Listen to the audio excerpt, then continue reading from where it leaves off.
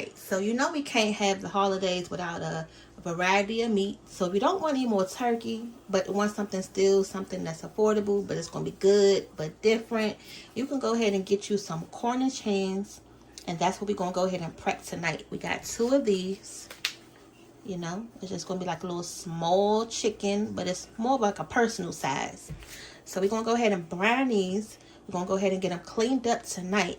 Do this dish a day before because you got to do the brine. So you cannot do this the same day. If you do, you got to start like early in the morning before you start cooking these. And then you're going to cook them later on in that evening. Ho, ho, ho!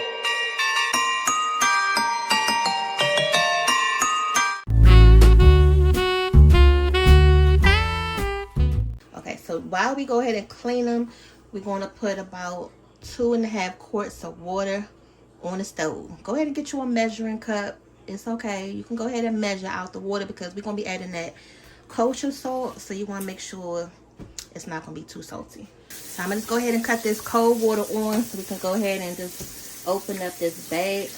I'm going to just open it right here at the tip.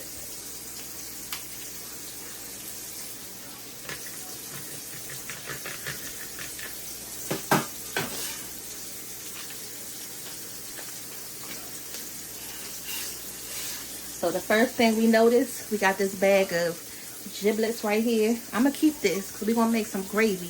And just put that to the side. You're going to put it in a little bowl. What we always do when we take the meat out the wrapper, you got to smell it, y'all. You got to make sure it still smells fresh once you take it out. These was in the freezer. So, you know, days ahead of time. You just want to make sure you go ahead and take them out. So it don't have to be all frozen by the time that you go ahead and prep them. You're going to go ahead and clean these up a little bit. It's just like, you know, a turkey. You're going to treat it the same way pretty much. Just going to clean it up. Or if you're making a regular chicken. But the key is not to take off too much skin because it's going to shrink. The only thing you're really worried about is these little scrap pieces right here. Take those off. And, you know, just like with any chicken or turkey, you just want to go through, make sure it doesn't have any feathers, any slime. Go in with the little pockets right there. Make sure everything looks nice and good. I'm going to go ahead and get a bowl to sift this into so we can go ahead and get the other one cleaned up too.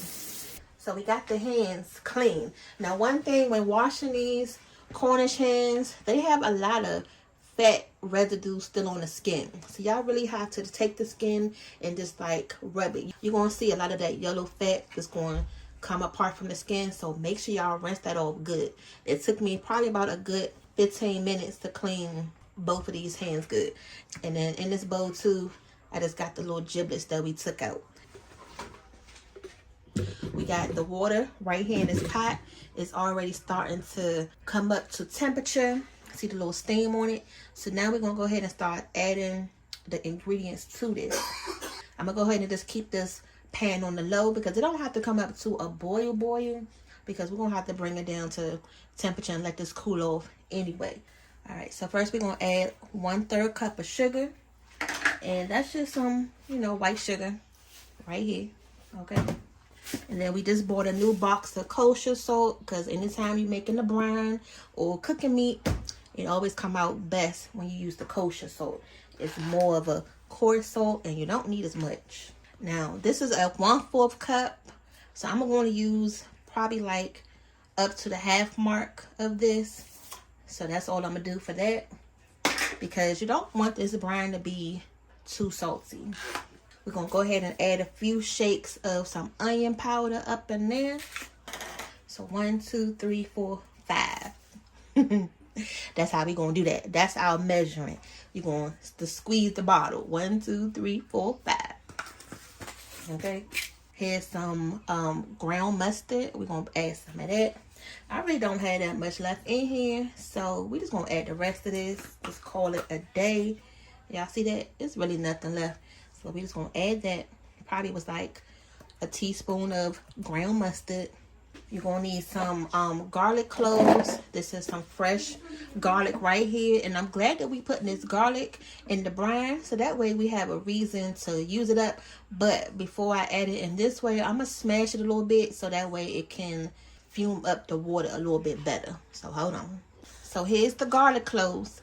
Only thing I did was just cut the tips off, smash them down, and then we're gonna add it to there. And then we're gonna smash up one more thing too, just to make sure that all the flavor get into the brine. These are some black whole peppercorns, but instead of leaving them whole like this, I'm gonna crush them just a little bit. So there go the peppercorns. It's probably about pretty much 2 teaspoons of these dang on peppercorns. So I got the butcher knife. I just used the same one for the garlic. Just going in and just do a little rough chop, y'all. Or because if you try to chop them, they're going to fly all over the counter. So it's best to just go ahead and just smash it down. Some of them popped open. Some of them didn't. So just go ahead and add those in there. So this water is pretty much done. The main thing we doing is just allowing the salt and the sugar to dissolve. From here, you're just going to give it a stir. You know, make sure everything is nice and incorporated. Just take this off your heat and set it to the side so that way it can cool off a lot faster, y'all. Alright, y'all, so I just tasted this brine and I did add a couple tweaks to it. So in the beginning I told you probably about half of this 1/4 cup. So in total you're gonna go ahead and just add the whole 1/4 cup, because combined with the sugar it was a little bit more on the sweeter side, and I don't want it to be too salty, but yeah, just go ahead and use the whole 1/4 cup. And then y'all already know, whenever we use the garlic cloves, I always like to just still use some regular garlic powder. So I added a couple dashes of some regular garlic powder as well. And then the peppercorns are good, but I still wanted a little bit more pepper flavor, so I added a couple shakes to that too. And then also I went on ahead and just put the little giblet packs in this container right here, set it in the refrigerator, and then when it's time to make your gravy, all you got to do is just pull it out and then get to chopping it up. We're going to show you how to do it, so don't worry about all that. Just make sure you come back. More importantly, go ahead and sit this in the refrigerator, your hands. Don't leave it sitting out on the counter, because you want to make sure these things stay cool until we put it in the brine right here. So the brine has cooled down. Daddy put this pot in the freezer for about 5 minutes, so now it's at a good temperature. And then before you put your hands in, you want to make sure you get all that excess liquid off. You see all that liquid that's coming off of the hands from, you know, just sitting. Drain it off one more time before you put that in your brine. Put your brine, and this pot is big enough for both of these to sit in there, so it's a perfect size. You want to make sure you get something where it's going to allow them to be submerged. Y'all see that? That is a good size. That's why we keep trying to tell you to invest in one of these Dutch ovens. It's not just for cooking, but you can brine in it too. From Marquette Casting. Don't forget to check the link in the description below for your Marquette Castings. Use promo code ROLLING. Okay, what Daddy said. Now we're going to go ahead and put the top on it.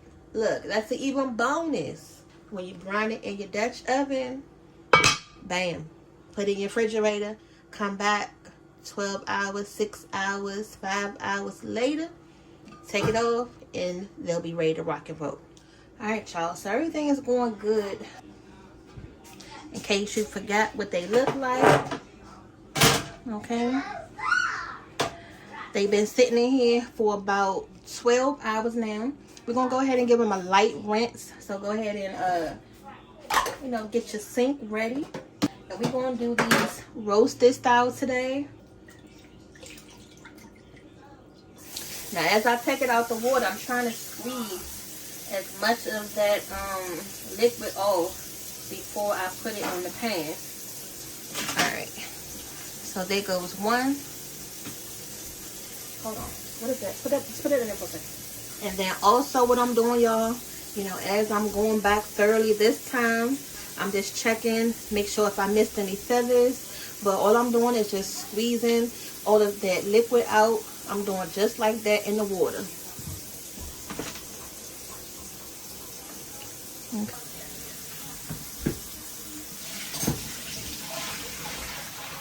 So depending on how you want to do your wings, so you can tuck in your wings, but I want to make sure that ours get nice and crispy, so I'm gonna leave them just like this. Mom is still recording. All right, y'all. So look, the kids is getting out of control at this point. Okay, they done ate. They feeling good. Look, I'm trying to get these videos done. So we got the brown Cornish hens on the tray, and then this is some oil right here. We're going to add a few things to it just to jazz it up a little bit more. All right. So this is some of the minced roasted garlic. I'm going to add about a little teaspoon to that. Okay, so I'm just going to add less than a teaspoon of that. We're going to add some of this smoked paprika because that's going to help give us our color at the end. You want to make sure you add enough of that, y'all. We got a little bit of this poultry seasoning right here. We're going to add a little bit of that. 1, 2, 3, 4. And just a little bit of this Sazon. Okay.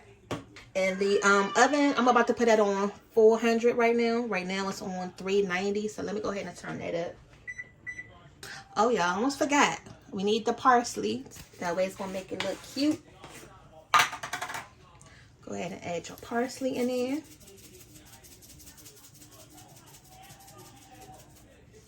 So the last thing I want to add, just to brighten it up a little bit, is just a dab of this lemon pepper.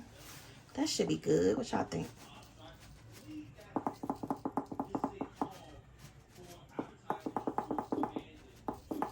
Okay. Let's go ahead and get that a stir. And then we're going to rub it right on the hands. Rub, marinade on here. Just going to drizzle it right on top. Let's do both at the same time. And then we're going to rub it down.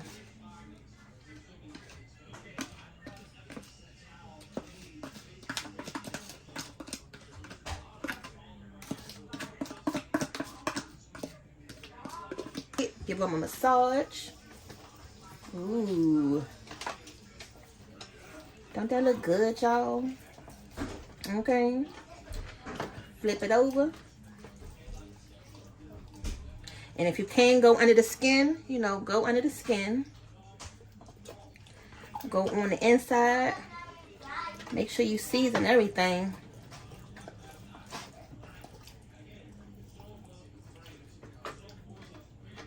Go on the sides where the skin is, underneath the skin.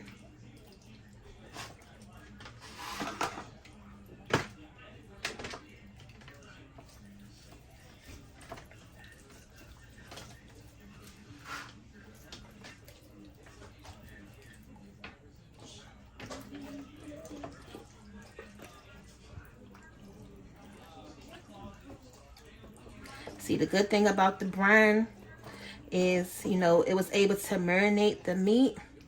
So even if you're not able to get all of your oil mixture on the inside, it's still going to taste like something because we brined it first. And then you can just take some from the bottom. And I'm just going to put it right in because this is all seasoning. And just go ahead and do both sides. Make sure you get on the inside, underneath the skin. And then once you're satisfied, you're going to flip it back over. Get it into its position that you're going to bake it in.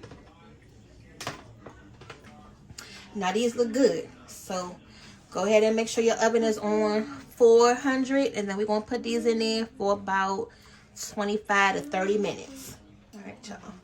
So I wanted to take these out the oven real quick so you can just see the process of what's going on. They've been in there for about 30 minutes now. And in between, like every 10 minutes, I've been basting it with this garlic butter right here. That garlic juice that I took out the minced garlic bottle. So I just added in a little bit more parsley. so that way you can see it as they cook. Alright, now that I know these hands are about done, I'm going to go ahead and crank the heat up to about 500. Don't they look good though already though? Alright, let's get them back in the oven.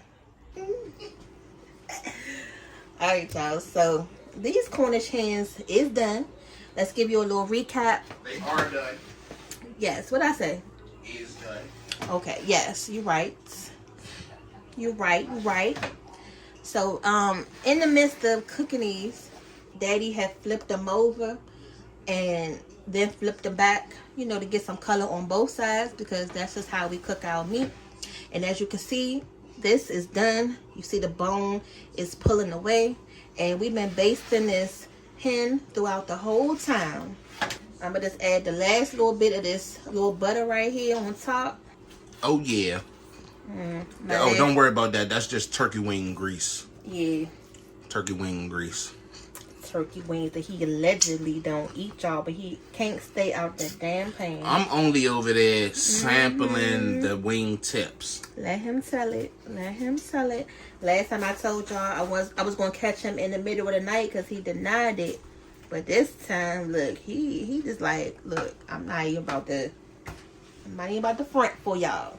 It's time to go ahead and just sit down and relax. He got into a drifted bank and then we got upside. Oh.